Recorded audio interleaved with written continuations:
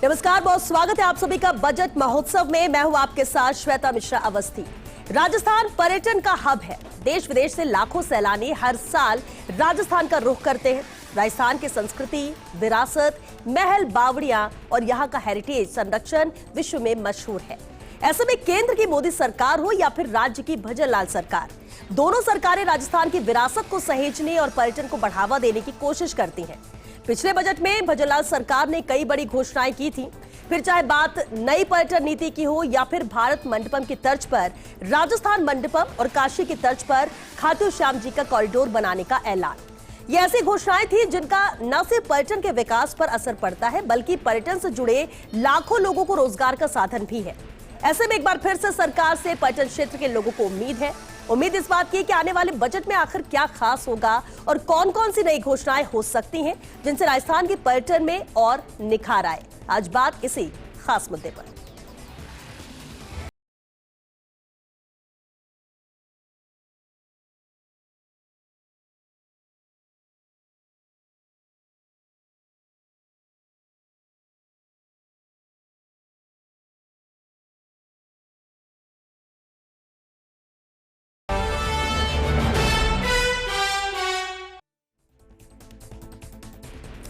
तो बेहद खास मुद्दा है क्योंकि बजट आएगा। बजट पेश होने से पहले उम्मीदें हर सेक्टर को, और ऐसे में पर्यटन सेक्टर बेहद खास है। और इस पर चर्चा के लिए खास मेहमान हमारे साथ स्टूडियो में मौजूद है। सबसे पहले उनसे रूबरू करा देते हैं आपको।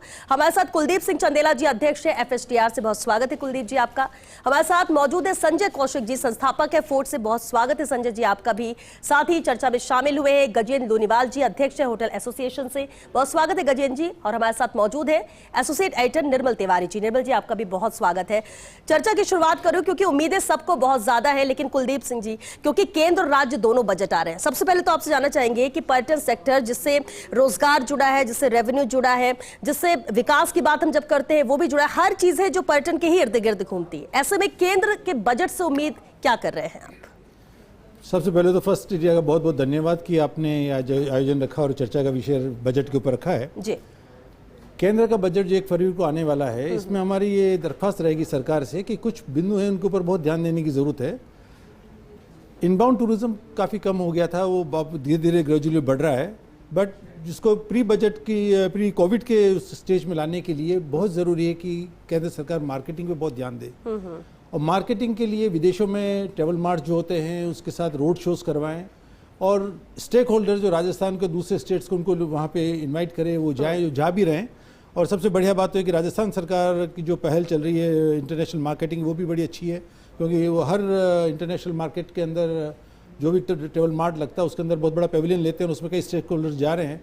उससे एक बहुत बड़ा संदेश जा रहा है कि राजस्थान सरकार, राजस्थान का पर्यटन विभाग और स्टेक होल्डर्स बहुत सीरियस है कि राजस्थान में पर्यटक का इजाफा हो। लेकिन उसके लिए ये है कि पहले कुछ वर्षों पहले संजय कौशिक जी इसको सहमति कह देंगे कि पहले सरकार जब स्टेक होल्डर विदेश जाता था ट्रेवल मार्ट वगैरह में पार्टिसिपेट करने, तो उसके अंदर सरकार उनको वापस पैसे लौटाती थी एयर टिकट वगैरह के, वो एक बहुत बड़ा संबल होता था। और चूंकि पर्यटन में बहुत बड़ा पैसा स्टेक होल्डर इतना नहीं कमाता क्योंकि खर्चे बहुत होते हैं, उसके लिए मार्केटिंग के लिए जब स्टेक होल्डर जाएगा, कोई छोटा टूर ऑपरेटर जाएगा, होटलियर जाएगा, अगर सरकार उसको एक बजट का हिस्सा वापस उसको करे खर्चे का, तो उसमें उसको काफ़ी इजाफा मिलेगा। बट पर्यटन लाने के लिए बहुत ज़रूरी केंद्र सरकार ऑनलाइन वीज़ा और जो वीज़ा ऑन अराइवल है उसके ऊपर ध्यान दे। वीज़ा ऑन अराइवल की बहुत जरूर आवश्यकता है अभी, और वीज़ा ऑन अराइवल हो जाएगा, चाहे आप चार्ज करें उस वीज़ा का, बट एक सिस्टम हो जाए तो पर्यटक जब यहाँ आए तो उसको दिल्ली एयरपोर्ट पे या जयपुर एयरपोर्ट पे उसको वीज़ा मिल जाए। आज बहुत अच्छी बात ये हो रही है कि एतिहाद की जो फ्लाइट है जो जयपुर से चलती है अबू धाबी, और अबू धाबी से यूरोपियन कनेक्शन सारे मिल जाते हैं। उस वजह से आज आपको दिल्ली नहीं जाना पड़ रहा है, 5 घंटे दिल्ली की यात्रा, फिर रात को वहाँ ठहरना, फिर फ्लाइट लेना, वो खर्चा एक बच रहा है लोगों का। उस वजह से मैं गुजारिश करूंगा सरकार से कि इंटरनेशनल फ्लाइट्स यूरोप से अगर डायरेक्ट यहाँ आने लग जाए तो इससे पर्यटन का आने और जाने का दोनों का बहुत बड़ा इनबाउंड और आउटबाउंड का दोनों में बहुत इजाफा होगा। और सबसे बड़ी जरूरत है जीएसटी काउंसिल को पुनः निवेदन करने की। अभी जीएसटी काउंसिल की जैसलमेर में बैठक हुई थी, उसमें हमने राज्य सरकार के माध्यम से हमारा निवेदन भेजा था कि राजस्थान में क्या है कि जो होटल में खाना खाता है उसके ऊपर 18% खाने के ऊपर लगता है, वही खाना अगर कोई स्टैंड अलोन रेस्टोरेंट खाता है तो 5% लगता है, और वही शादी करने आता है तो 18% लगता है। तो इसको अगर 12% कर दिया जाए, जो 18% वाले उसको 12 पे लिया जाए, और जो स्टैंड अलोन रेस्टोरेंट से जो 5% पे उनको आईटीसी नहीं होता है, तो उनको आईटीसी की सुविधा मिल जाए, तो इनपुट टैक्स क्रेडिट की बेनिफिट मिल जाए उनको, और उसको 12% कर दिया जाए। तो टूरिज्म का जहां तक सवाल है उसको पूरा 12% करते हैं, वो टूर ऑपरेटर भी लागू करते हैं, वो भी 12% हो जाए तो इनको भी इनपुट टैक्स क्रेडिट का बेनिफिट हो जाए। ये बहुत जरूरी है। और के अलावा भी कई पॉइंट है जो आपसे बात बिल्कुल बिल्कुल, क्योंकि बहुत सारे पॉइंट जो चर्चा में बिंदु आते भी। अब बजट में किसे शामिल किया जाता है, किससे राहत मिलती है, ये एक दूसरी बात है। संजय कौशिक जी पे बात आते हैं। संजय जी, हॉस्पिटैलिटी सेक्टर है और ये ऐसा सेक्टर है कि लोगों को उम्मीद बहुत होती है, और एक तरफ सरकार की हो या क्योंकि रेवेन्यू पॉइंट ऑफ व्यू से भी ये बेहद महत्वपूर्ण है। ये एक कॉन्सेप्ट बन गया है कि ये तो जो होटलियर्स है या ये तो पैसे वाले, इन लोगों को क्या फर्क पड़ता है, लेकिन ये भी बहुत मुश्किलों का सामना करते हैं पर्दे के पीछे की बात की जाए तो। ऐसे में इस बजट से क्या उम्मीद आप लोग कर रहे हैं, क्योंकि पर्यटन को बढ़ावा देने का फोकस केंद्र का भी है, राज्य का भी है। पिछले बजट में भी बहुत घोषणाएं की गई थी, तो आपको क्या लगता है उस लिहाज से अगर देखा जाए तो इस बार के बजट में और चीजें प्लस हो सकती हैं, या फिर लगता है आपको कि इस बार ज्यादा कुछ नहीं होगा? देखिए, मैं कुलदीप सिंह जी की बात को आगे ले जाता हूँ। वीजा ऑन अराइवल बहुत अच्छी चीज है। बहुत सारे विदेशी जो विदेश में जो टूरिज्म के ऑफिस थे वो बंद हो गए, उनको दोबारा चालू कर दिया, क्योंकि जब जो प्राइवेट सेक्टर वहाँ पे प्रमोशन करता है उसकी बजाय अगर गवर्नमेंट के ऑफिस होते हैं तो ज्यादा ऑथेंटिक और ज्यादा इंफॉर्मेटिव होते हैं। मुझे लगता है वो ज्यादा तरीके से एक तो उन पर ध्यान दिया जाना चाहिए। दूसरा, राजस्थान के परिप्रेक्ष्य में देखा है तो जयपुर और उदयपुर 2 एयरपोर्ट ऐसे हैं जहां इंटरनेशनल हवाई जहाज आती है, लेकिन मतलब आ सकती है या मतलब जयपुर में तो आ रही है, उदयपुर में कम आ रही है। मुझे लगता है कि अगर जयपुर में अगर डायरेक्ट कनेक्शन, स्पेशली यूरोप की जो एयरलाइंस है, अगर वो जयपुर में आने लगेंगी तो जो दिल्ली में कोहरे की वजह से, ट्रैफिक की वजह से इतना समय जो दिल्ली में रुकने वाला जो टूरिस्ट है उसका समय खराब होता है, तो एक तो रेवेन्यू बढ़ेगा। फिर उसके साथ ही केंद्र सरकार से ये भी आशा करते हैं कि और एयरपोर्ट, जैसे बीकानेर का एयरपोर्ट है, कोटा का एयरपोर्ट है, इनकी कनेक्टिविटी भी और बढ़े, क्योंकि जब जो ये अछूते रह गए हैं दोनों जो शहर है जिनको लगता है वहाँ बहुत सारा। और साथ ही राजस्थान सरकार से ये अपेक्षा है कि राजस्थान सरकार ज्यादा से ज्यादा प्रमोशन करे, क्योंकि अभी जो मुझे पिछले साल के आंकड़ों में देखा जाए तो कोविड का अभी भी 70% पर्यटक आने लगा है।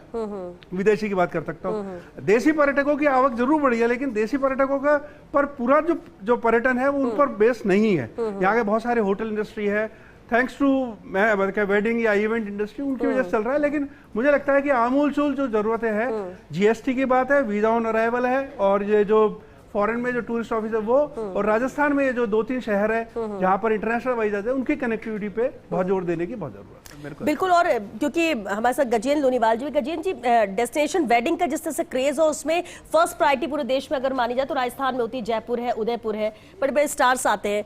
ग्रोथ भी बहुत हो रही है यहाँ पर पर्यटन के लिहाज से, क्योंकि पिछली बार भी घोषणा की गई थी। लेकिन होटल एसोसिएशन के, क्योंकि आप अध्यक्ष हैं, होटल्स को लेकर क्या आपको लगता है कि इस बार बजट में शामिल किया जाना चाहिए? क्योंकि पिछली बार जो घोषणाएं हुई थी, क्या आप उससे संतुष्ट हैं? आपको लगता है कि हाँ बेहतर था, उस पर काम हो रहा है और इसलिए उम्मीदें और ज्यादा है कि इस बार भी इस पर ध्यान दिया जाएगा?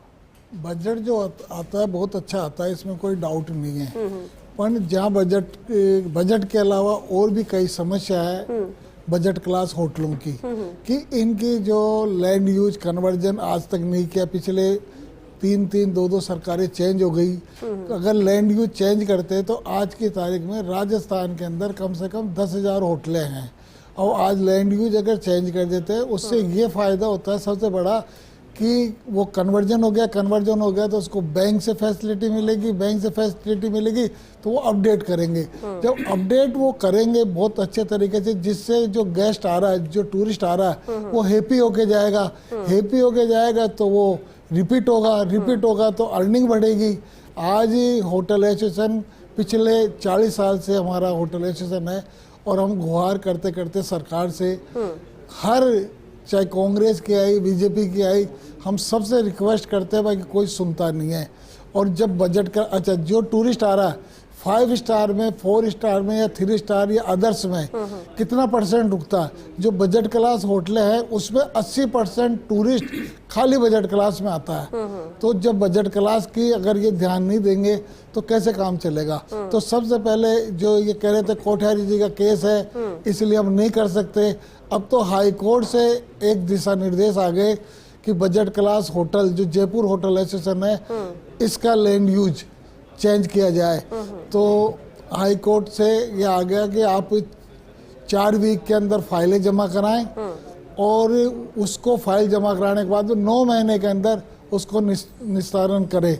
अगर ये कर देते हैं तो आप मान के चलो आज जयपुर का कर रहे हैं, हो सकता है फिर भविष्य में राजस्थान का हो जाए। जब ये हो जाएगा तो इससे आपके गेस्ट भी हैप्पी होंगे और जितने भी हमारी बजट क्लास है होटलें, वो रेलवे स्टेशन, बस स्टैंड या ऐसी जगह होती है जहाँ से वॉक करके आ जाए या ट्रेन से आ जाए, बस से आ जाए।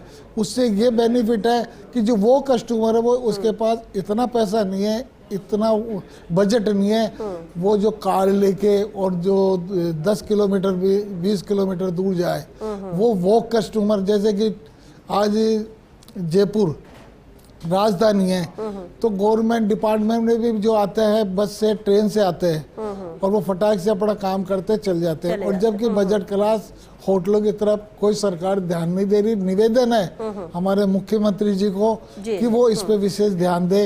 हमारे दिया कुमारी जी हैं, वो भी टूरिज्म के मिनिस्टर बने हैं, तो वो इस पे ध्यान दे, ये हमारी रिक्वेस्ट। चलिए गजेंद्र जी, इंपॉर्टेंट पॉइंट है जिसका आपने जिक्र किया। निर्मल तिवारी जी, अब ओवरऑल पूरे पर्यटन की बात करें, क्योंकि हम हॉस्पिटलिटी सेक्टर देखें यहाँ पर और जो दिक्कतें पेश आती हैं इन लोगों को, उनका तो जिक्र हुआ, लेकिन पिछली बार जो घोषणाएं हुई थी उसकी क्रियान्विति को लेकर क्या लगता है? क्योंकि दो पहलू होते हैं, आप तो ऐलान कर देते हैं लेकिन उस पर काम कितना हो रहा है, एग्जीक्यूशन कितना हो रहा है, वो ज्यादा महत्वपूर्ण होता है और उसी पर सवाल उठते हैं।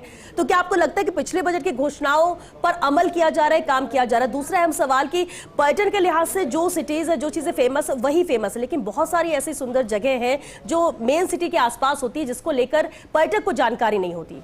तो आपको लगता है कि उसके प्रचार प्रसार को लेकर भी कुछ किया जा सकता है इस बार? निश्चित तौर पर शुद्ध, देखिए लेसर नोन डेस्टिनेशंस के लिए राज्य सरकार ने पूरी पॉलिसी बना रखी है और उस पर काम भी हो रहा है। लेकिन अगर हम बजट की बात करें, क्योंकि भजनलाल शर्मा सरकार का पहला बजट था जो पिछला बजट आया था, और उस बजट में दिया कुमारी ने बतौर उप मुख्यमंत्री, बतौर वित्त मंत्री और बतौर पर्यटन मंत्री, क्योंकि पर्यटन मंत्री भी हुए हैं, उन्होंने एक विजन रखा था। और विजन ये था कि अगले 5 साल में हम क्या कर सकते हैं, क्योंकि जब भी सूबे में सरकार बदलती है तो इतना, एक तो आर्थिक व्यवस्था इतनी मजबूत नहीं होती, जो भी सरकार जाती सरकार इतनी घोषणाएं कर जाती है कि वो प्रदेश की जो आर्थिक सेहत है वो एकदम गड़बड़ा जाती है। एक स्थिति तो ये थी, एकदम आईसीयू में थी सरकार, ऐसी हालत थी। तो ऐसे में एक विजन चाहिए था कि झटपट बहुत बड़ी घोषणाएं न करके एक दीर्घगामी घोषणा की जाए जिनको 4-5 साल में एग्जीक्यूट किया जाए, जिसका फायदा पूरी ट्रैवल इंडस्ट्री को लंबे समय तक होता रहे। तो यही था उसके अंदर। जो टूरिज्म डेवलपमेंट बोर्ड की बात थी उसका पूरा ड्राफ्ट तैयार हो गया, जल्दी उसकी घोषणा भी होगी। हेरिटेज अगर अथॉरिटी की बात करें उसके ऊपर पूरा काम हो चुका, उसकी जल्दी घोषणा होगी।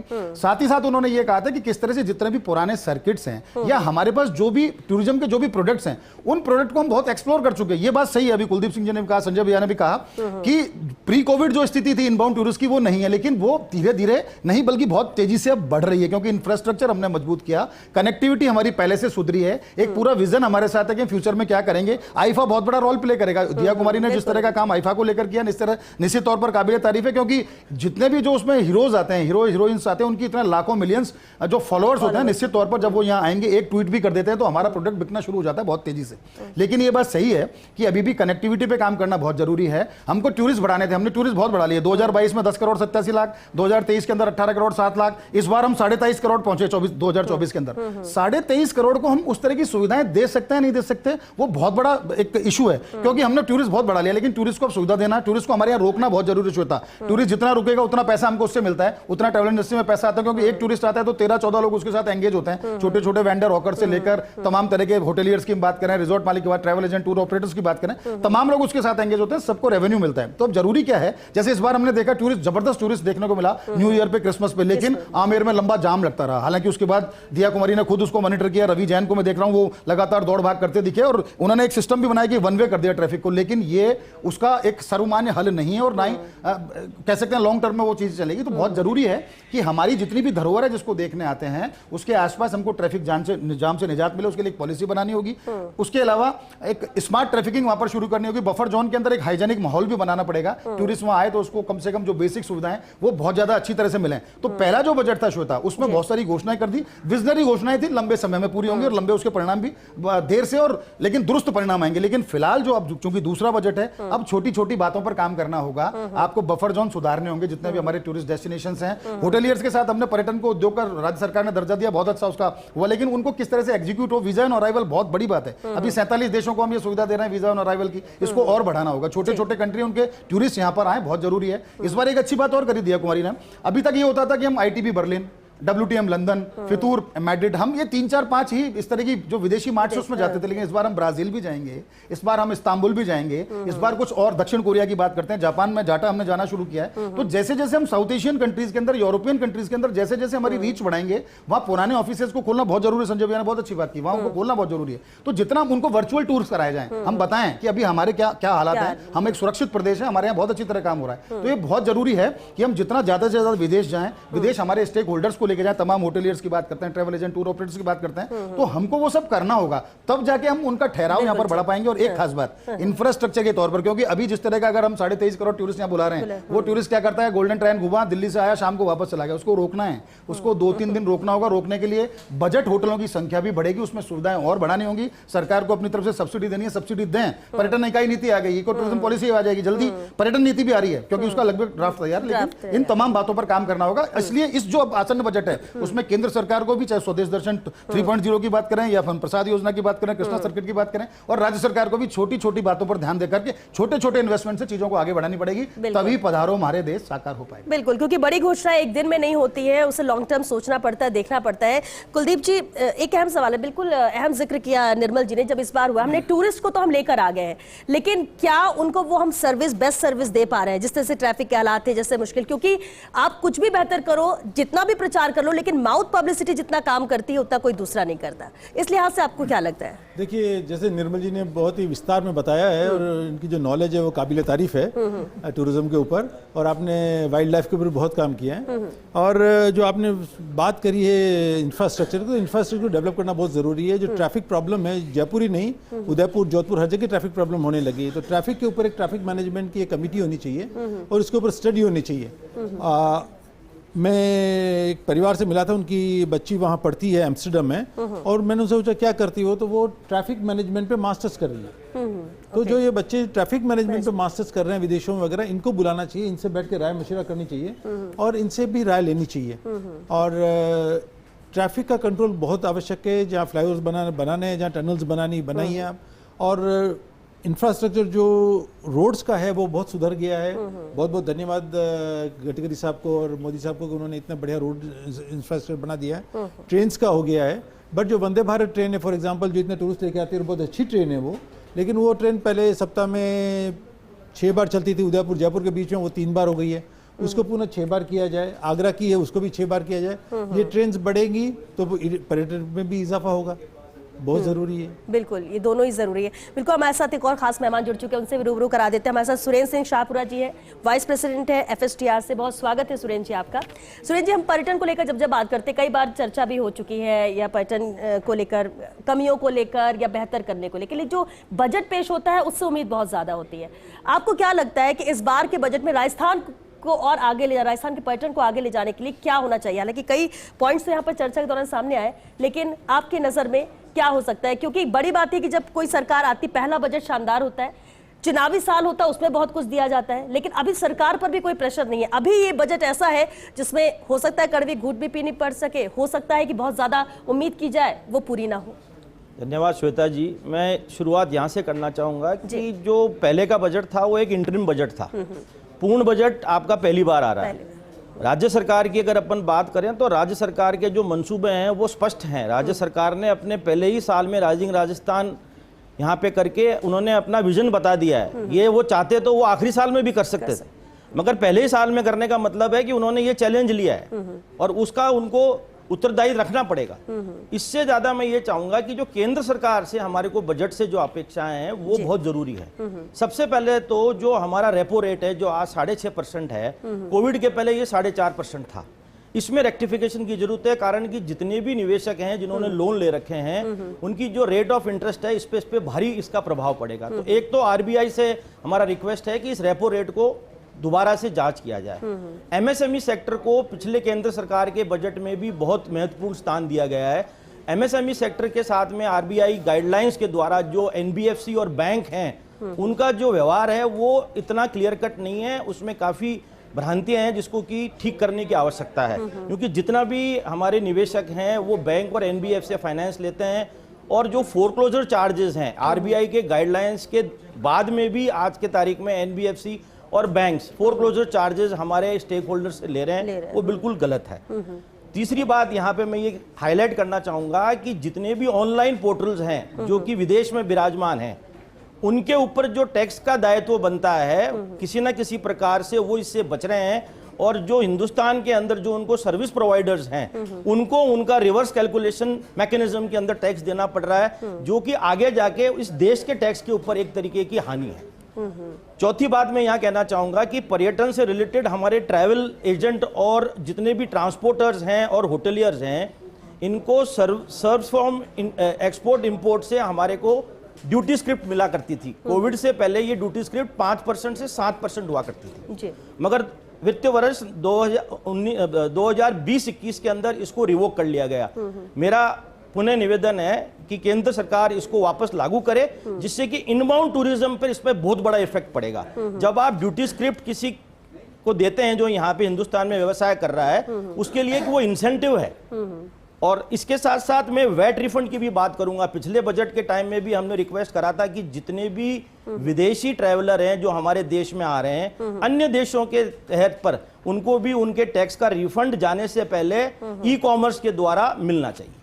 बिल्कुल, ये अहम पॉइंट है। संजय जी, मैं इसमें ऐड करना चाहता हूँ, जैसे राजस्थान का जो इतना बड़ा सेक्टर है, मतलब जो पूरा एक सर्किट है बना हुआ है, हमारा एक सबसे बड़ा कंपटीशन उत्तर प्रदेश से हो गया। उत्तर प्रदेश में जब से ये अयोध्या का मंदिर बनाया उसके बाद बहुत जबरदस्त, मतलब उन्होंने अपने दिल्ली, आगरा, ग्वालियर, खजुराहो, वाराणसी, अयोध्या वगैरह के बहुत, जैसे पहले राजस्थान में सबसे ज्यादा विदेशी टूरिस्ट ठहरता था, अब उत्तर प्रदेश में हमारा कंपटीशन में है। वहां पर बड़ा इंफ्रास्ट्रक्चर है, बड़ा रिसोर्सफुल लोग बाग है। तो मुझे लगता है कि राजस्थान, हालांकि अभी तक जो टूरिज्म में है, मेरे को लगता है 50% जो है प्रमोट हो पाया है। बहुत सारे छोटे छोटे सेक्टर्स हैं जिनको प्रमोट करना चाहिए। जो फेस्टिवल्स हैं उनको दोबारा, जैसे पुष्कर का फेयर है उसका प्रमोशन और होना चाहिए, जैसलमेर, वैसे अभी हाल ही सांभर में जो फेस्टिवल है, ऐसे बहुत सारे फेस्टिवल्स हैं जिनको रेगुलर और बड़े पैमाने पर करते हैं। बाहर के जो इन्फ्लुएंसर्स हैं, जो टूर ऑपरेटर्स हैं, उनको बुला के उनको दिखाना चाहिए। जैसे GIT भी हर साल यहाँ होता है, वो एक बड़ा मौका होता है। वैसे टाइम पे जो प्रोडक्ट्स उनको दिखाए और उनके लिए एक अच्छी सी योजना बना के मेरे को लगता है काम करे। तो मुझे लगता है कि हम हमारे राज्य जो स्पेशली मध्य प्रदेश बहुत कर रहा है, गुजरात कर रहा है, उत्तर प्रदेश बहुत कर रहा है, उड़ीसा बहुत अच्छा कर रहा है, फिर करने को तो केरला। आपको क्या लगता है, गवर्नमेंट का फोकस नहीं है या इस दिशा में कोशिश नहीं हो रही है? देखिए, राजस्थान में जो टूरिज्म है वो अपने एक रिदम पे चल रहा था, लेकिन मुझे लगता है कि जैसे जैसे कंपटीशन बढ़ गया है, हमको उनके हिसाब से गियर अप होना पड़ेगा और राजस्थान उसके लिए तैयार है। इंफ्रास्ट्रक्चर भी हमारे पास बहुत है, लेकिन उसके आगे की जो चीजें होंगी उनके लिए हमको अभी से योजना बनाने लगेंगे तो 3 साल और सरकार को अभी तो है। और इस वक्त चूंकि जो टूरिज्म मिनिस्टर है वो राजस्थान की, जयपुर की है, मुझे लगता है उनका बड़ा विजन है।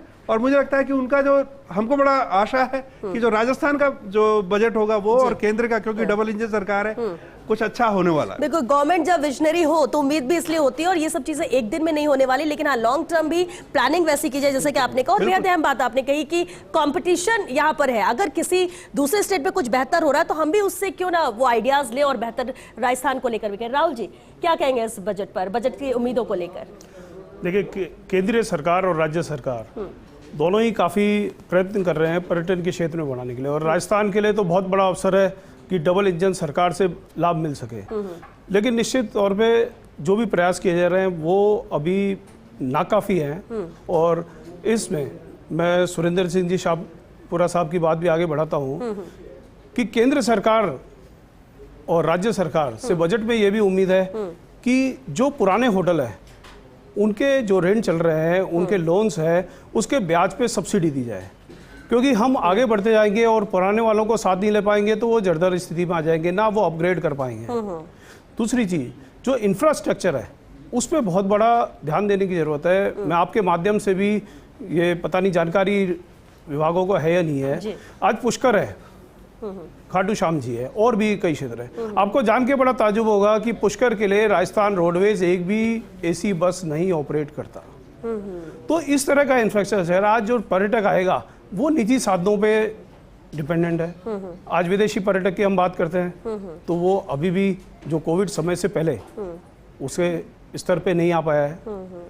तो इस तरह का इंफ्रास्ट्रक्चर ट्रांसपोर्ट का है वो हमें डेवलप करना पड़ेगा। इसमें ये नहीं देखे सरकार कि इस मार्ग पे चला रहे हैं तो हमें नुकसान हो रहा है, उनको बड़े बेनिफिट की तरफ देखना पड़ेगा कि इतना बड़ा पर्यटक आता है, पर्यटक की परिभाषा भी बदल गई है, पर्यटक घूमने भी आता है, मेडिकल रीजन से भी आते हैं, धार्मिक रीजन से भी आते हैं, तो सब वो आते हैं, प्रदेश को देते हैं, रोजगार देते हैं, इतना बड़ा।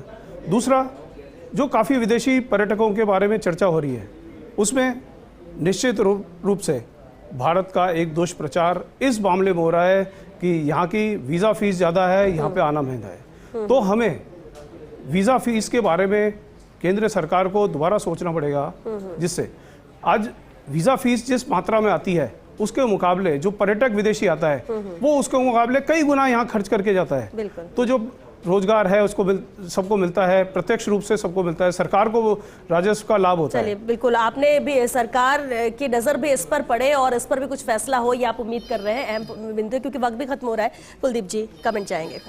देखिए, मैं तो ये कहूँगा जो राइजिंग राजस्थान के तहत जो नो पॉलिसीज जारी हुई थी, उसमें जो पर्यटन इकाई पॉलिसी जो जारी हुई थी, मैं रिक्वेस्ट करूंगा गवर्नमेंट से कि जल्दी से जल्दी हर विभाग से नोटिफिकेशन जारी हो जाए, ताकि जो जो कमियां रह गई वो पूरी हो जाए और जो लागू होना वो हो जाए। क्योंकि उसमें जैसे उन्होंने एक हेरिटेज रेस्टोरेंट के और रेस्टोरेंट्स के बारे में जो बात करी है उनके बार के लिए, उसके अंदर उन्होंने डाल दिया कि एज पर एक्साइज पॉलिसी। एक्स पर एक्साइज पॉलिसी तो पॉलिसी में तो है नहीं, तो एक्साइज पॉलिसी में उसको डालना होगा कि हेरिटेज रेस्टोरेंट जो हैं उनको उसमें इंक्लूड किया जाए। फॉर एग्जाम्पल, उसी तरीके से आपके जो नए डेस्टिनेशंस हैं उनको डेवलप करना बहुत जरूरी है। पर्यटन को बढ़ावा देना है, नहीं तो एक भय रहेगा हमें कि जयपुर, उदयपुर, जोधपुर इवेंट सिटीज बन के रह जाएंगे जैसे सिर्फ शादियां होती है। लेजर टूरिज्म कहाँ जाएगा? लेजर टूरिज्म के लिए हमको नए डेस्टिनेशन तैयार करने पड़ेंगे, चाहे बांसवाड़ा डूंगरपुर हो गया, हाड़ौती हो गया, धौलपुर हो गया, झालावाड़ हो गया, ये सारा एरिया हो गया, बॉर्डर टूरिज्म हो गया, इन सबको डेवलप करना बहुत जरूरी है हमारे लिए। बिल्कुल बिल्कुल अहम बात है, क्योंकि वक्त खत्म हो चुका है। सुनील जी फाइनल कमेंट चाहेंगे? एक लाइन।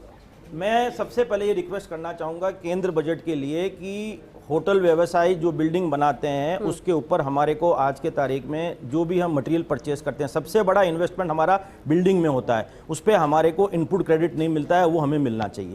दूसरा, जो हमारे रेस्टोरेंट हैं जिसके अंदर 5% आज की तारीख में जीएसटी है, मगर वहाँ 7,500 का अगर कोई कमरा सेल करता है तो वो 5% सीधा 18% हो जाता है। यूनिवर्सल होना चाहिए, 12% आप कर दीजिए और उसको आप इनपुट क्रेडिट दे दीजिए। ऐसी चीजों से जो यहाँ लोग बिजनेस कर रहे हैं उनके लिए एक तरीके से बहुत बड़ा एक इंसेंटिव क्रिएट हो जाएगा।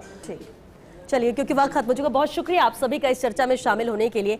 तो देखिए, विरासत के साथ विकास की सोच है और इसलिए बजट में क्या कुछ दे पाती है केंद्र सरकार और राज्य सरकार, इसलिए सबकी नजरें इसी पर सब टकटकी लगा इंतजार कर रहे हैं कि कब केंद्र का बजट 1 तारीख को आएगा और उसके बाद राज्य का बजट। लेकिन याद कीजिए, आज हम बात पर्यटन को लेकर कर रहे हैं। 2020 में जब कोविड आया तो अगर कोई सेक्टर था जिस पर सबसे बड़ी मार कोविड के बाद पड़ी थी तो वो यही सेक्टर था, ये पर्यटन का सेक्टर था। ये होटलियर्स थे, होटल एसोसिएशन थे, किस तरह से परेशान, किस तरह से इन 3-4 सालों में ये वापस ट्रैक पर आए। लेकिन परेशानियां हैं, बहुत सारी उम्मीदें हैं और वो उम्मीद सरकार ही पूरी कर सकती है और इस लिहाज से ही उम्मीद ये की जा रही है कि इस बजट में वो दिक्कतें जो ये फेस करते हैं और विकास और पर्यटन का बढ़ावा दिया जा सके, राजस्थान और ज्यादा नाम ऊपर आए, ये कोशिश इन सभी की होती है और इसलिए उम्मीद की जा रही है। अब देखना होगा कि बजट में किन बातों का ख्याल रखा जाता है, किसे शामिल किया जाता है और किन चीजों के लिए अभी और इंतजार करना होगा। चलिए, इसी के साथ हमें दीजिए इजाजत। नमस्कार।